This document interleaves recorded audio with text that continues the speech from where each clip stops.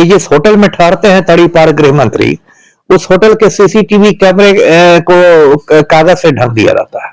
अब बताइए, देश का होम मिनिस्टर यदि होटल में ठहरा है तो सीसीटीवी कैमरे ढके क्यों जा रहे हैं? पहली बात की मॉक ड्रिल यदि हुआ तो कायदा यह है कि उसके बाद वीवीपैट की जो पर्चियां है उसको फाड़ दिया जाता है, श्रेड कर दिया जाता है, चिंदी चिंदी कर दिया जाता है।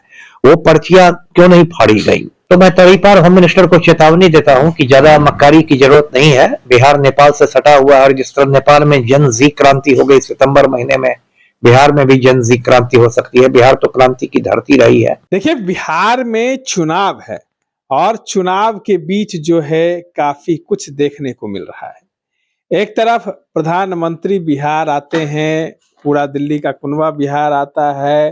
प्रधानमंत्री 20 साल की चर्चा ना कर कर वो कट्टा और कनपटिया पे बात करते हैं। और वहीं हम बात करें तो बिहार में वोट चोरी को लेकर भी हल्ला हंगामा हो रहा है। बता दें, कई जगहों पर ये भी खबरें आ रही हैं कि स्ट्रांग रूम की जो सीसीटीवी कैमरे हैं वो जो है बंद कर दी जा रही हैं। कहीं ना कहीं कई जगहों पर ये भी खबरें आ रही हैं कि कोई जो पर्ची है जो आपके वीवीपैट में दिखाई जाती है, वो पर्ची कई जगहों पर फेंकी दिखाई दी। इन तमाम चीजों पर चर्चा करने के लिए पूर्व आईपीएस अधिकारी अमिताभ कुमार दास हैं। प्रधानमंत्री बिहार आ रहे हैं, पूरा दिल्ली का कुनबा बिहार में उतरा हुआ है। लेकिन कहा जाए, सवाल ये है कि बिहार में प्रधानमंत्री कट्टा कनपटिया पे बात करते हैं, विकास पे नहीं। वोट चोरी को लेकर जो है कभी कभी ये फुटेज सामने आ रही है कि सीसीटीवी कैमरे बंद कर दिए जा रहे हैं या कई वीवीपैट की जो पर्चियां हैं वो कई जगहों पे फेंकी मिलती हैं। क्या हो रहा है बिहार में?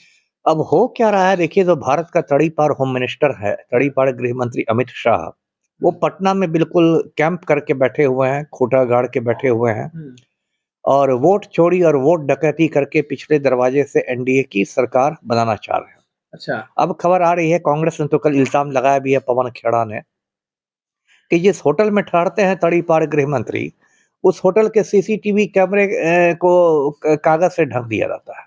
अब बताइए, देश का होम मिनिस्टर यदि होटल में ठहरा है तो सीसीटीवी कैमरे ढके क्यों जा रहे हैं? इसका मतलब गुपचुप तरीके से जो तड़ीपार गृह मंत्री हैं वो कुछ ऐसे लोगों से मिल रहे हैं होटल में जिनसे उनको नहीं मिलना चाहिए। हो सकता है वो बिहार में चुनाव आयोग के अधिकारी हों या ऑब्जर्वर्स हो, इलेक्शन कमीशन के प्रेक्षक हों या और प्रशासनिक पदाधिकारी हों, उनसे गुपचुप तरीके से होटल में मिल रहे हैं, इसलिए कैमरों पर कागज चिपका दिया गया। तो ये गंभीर बात है। उसके बाद देखिए, अभी एक यहाँ सराय रंजन से खबर आ रही है, समस्तीपुर में सराय रंजन विधानसभा सीट है। वहाँ एक केएसआर कॉलेज है, उसके पास के खेतों में सैकड़ों वीवीपैट की पर्चियां मतलब बरामद की गई है। और सराय रंजन की खास बात यह है कि वहाँ से विजय चौधरी चुनाव लड़ रहे हैं, जो बिहार सरकार के कद्दावर मंत्री हैं। वो जदयू के टिकट पर खड़े हैं, पलटू राम के करीबियों में गिनती होती है। पलटू राम की भुजा पार्टी में शामिल होते हैं, जिन 4-5 चमचों के साथ पलटू राम भुजा खाते हैं शाम में, उसमें एक विजय चौधरी हैं। अब बताइए, वीवीपैट वहां कैसे पहुंच गए? वहां के जब डीएम पहुंचे वहां पर समस्तीपुर के, तो डीएम ने कहा कि नहीं, ये जो मॉक ड्रिल हुआ था, जो चुनाव के पहले एक रिहर्सल करते हैं पदाधिकारी कि ईवीएम मशीनें काम कर रही हैं या नहीं कर रही हैं, उन्होंने कहा कि मॉक ड्रिल हुआ था, उसके ये वीवीपैट हैं और वगैरह वगैरह बात उन्होंने बनाया। उसके बाद चुनाव आयोग के आदेश पर सराय रंजन के जो एआरओ हैं, असिस्टेंट रिटर्निंग ऑफिसर जो हैं, सहायक निर्वाची पदाधिकारी, उनको निलंबित कर दिया गया है, सस्पेंड कर दिया गया, एफआईआर हुआ है। अब इससे 2-3 बातें हैं। पहली बात कि मॉक ड्रिल यदि हुआ तो कायदा ये है कि उसके बाद वीवीपैट की जो पर्चियां हैं उसको फाड़ दिया जाता है, श्रेड कर दिया जाता है, चिंदी चिंदी कर दिया जाता है। वो पर्चियां क्यों नहीं फाड़ी गई? ये भी आरोप लग रहे हैं, इसकी पुष्टि हम नहीं करते, कहा जा रहा है कि एक ही दल के वो जो पर्चियां थी। हाँ, ये सब जांच का विषय है ना, कैसे ये हो रहा है। और देखिए, विजय चौधरी के बारे में कहते हैं कि पिछला चुनाव भी उन्होंने बहुत थोड़े मार्जिन से जीता था, बहुत मुश्किल से, बहुत थोड़े अंतर से जीता था। उसके बाद देखिए, इसमें बहुत सारी बातें, एक तो बलि का बकरा अपने एआरओ को बना दिया गया है, ओवरऑल जिम्मेदारी डीएम की होती है, तो कायदे से तो समस्तीपुर के जिलाधिकारी का ट्रांसफर होना चाहिए। दूसरी बात, जो जिलाधिकारी हैं रोशन कुशवाहा, उनका नाम भी थोड़ा संदेह पैदा करता है।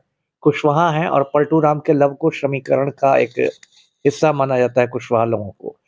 तो ये सब बातें, हाजीपुर में स्ट्रांग रूम से खबर आ रही है कि वहाँ एक पिकअप गाड़ी आती है जाती है, उसके वीडियो को आरजेडी ने शेयर किया है। तो ये सब चारों ओर से आज नालंदा में भी ये घटना हुई है। जी, तो ये मतलब अमित शाह पहुंच गए हैं और पटना में बैठ के जो 14 तो मैं तड़ीपार होम मिनिस्टर को चेतावनी देता हूं कि ज़्यादा मक्कारी की ज़रूरत नहीं है। बिहार नेपाल से सटा हुआ है और जिस तरह नेपाल में जन जी क्रांति हो गई सितंबर महीने में, बिहार में भी जन जी क्रांति हो सकती है। बिहार तो क्रांति की धरती रही है, तो इसलिए वोट चोरी और वोट डकैती की कोशिश नहीं की जाए। अमिताभ जी, एक अंतिम सवाल ले लें कि बिहार में जो है, आपने विजय चौधरी का नाम लिया, तो अशोक चौधरी की पुत्री जो है वो पहले बाएं हाथ से एक तस्वीर दिखाती है, फिर दाएं हाथ से तस्वीर दिखाती है, मतलब दोनों हाथ में उनकी स्याही लगी होती है। और ये फोटो जब जारी किया जाता है तो डीएम कहते हैं कि हमने उसकी पुष्टि की है और जो है गलती से इस हाथ में लग गया था, फिर दोबारा दूसरे हाथ में लगाया गया। जी, एक वीडियो बहुत वायरल हुआ था। अशोक चौधरी जो मंत्री हैं बिहार सरकार के, सर्वदलीय नेता कहते हैं उनको, प्रशांत किशोर, उनकी बेटी शांभवी चौधरी समस्तीपुर से लोजपा की सांसद हैं। शांभवी चौधरी ने पहले दाहिने हाथ की उंगली दिखाई, फिर अशोक चौधरी ने टोका तो उन्होंने बाएं हाथ की भी उंगली दिखा दी, दोनों में स्याही लगी हुई थी। तो इसको लेके बहुत विवाद खड़ा हुआ, तो उस पर से पटना प्रशासन की ओर से एक स्पष्टीकरण आया है और उसमें कहा गया है कि वो जो बूथ है, बांकीपुर स्कूल या कोई है बूथ, उसके पीठासीन पदाधिकारी जो होते हैं उनसे पूछा गया, तो पीठासीन पदाधिकारी ने कहा कि जो मतदान कर्मी वहां था उसने गलती से पहले दाहिने हाथ की उंगली में स्याही लगा दी थी और जब उसको टोका गया, पीठासीन पदाधिकारी ने टोका, तब फिर उसने बाएं हाथ की उंगली पर स्याही लगाई, तो इसलिए उनकी दोनों उंगलियों में स्याही है। वोट उन्होंने एक ही दिया है। तमाम चीजों को सुन रहे थे पूर्व आईपीएस अधिकारी अमिताभ कुमार दास थे हमारे साथ। इस तरह के तमाम